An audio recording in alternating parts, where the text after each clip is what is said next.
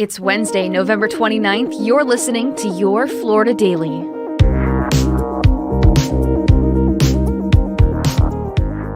I'm Katrina Scales. Dozens of students took part in a walkout at a South Florida high school on Tuesday. It happened at Monarch High School in Broward County, one day after their principal was removed as state officials look into allegations of a transgender student being allowed to play on the girls' volleyball team. If true, the action is a violation of a state law passed in 2021 that bars biological males from playing on public school teams intended for biological females. Broward School's Superintendent Peter Licata says he immediately notified the state after learning about a complaint about the trans student-athlete last week. We want to make sure we do this right. Nobody is guilty of anything at this point. That's what an investigation is for. On Monday, the school district reassigned the principal, the assistant principal, and 2 other staff members while the investigation continues.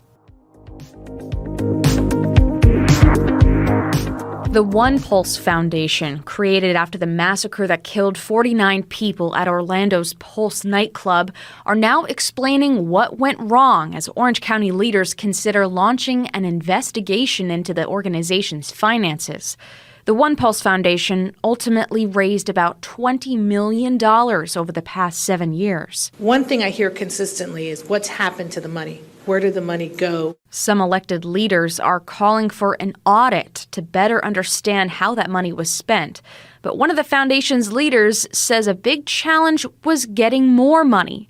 One Pulse Vice Chair George Kalagridis. What we were starting to find out was that people, corporations in particular, had very little interest in donating toward a memorial and just as little toward a museum. He says the cost to build a memorial and museum went up, with many feeling that the nightclub owners, Barbara Poma and her business partner, should donate Pulse to the organization. We kept getting pushback because people did not feel that we should use that money to purchase the land from her. Last month, the city of Orlando agreed to buy the Pulse nightclub property for $2 million and take over the job of building the memorial. The decision ultimately prompted the One Pulse Foundation to dissolve.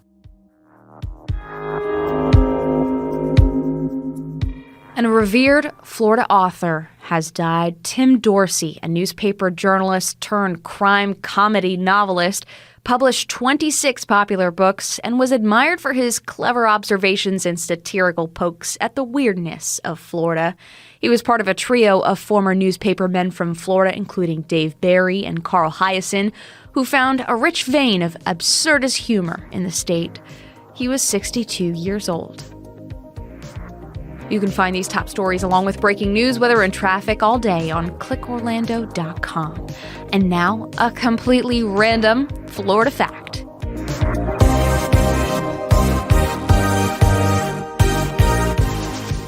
Tallahassee is home to the largest magnetic research facility in the world.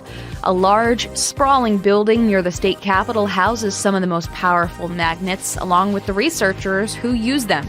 The National High Magnetic Field Laboratory powers a world record 45 Tesla hybrid magnet, generating a yearly electric bill approaching $8 million, making the lab the largest user of power in the region. Your Florida Daily is produced by News 6 WKMG in Orlando. I'm Katrina Scales. Make sure to subscribe for new episodes wherever you like to listen.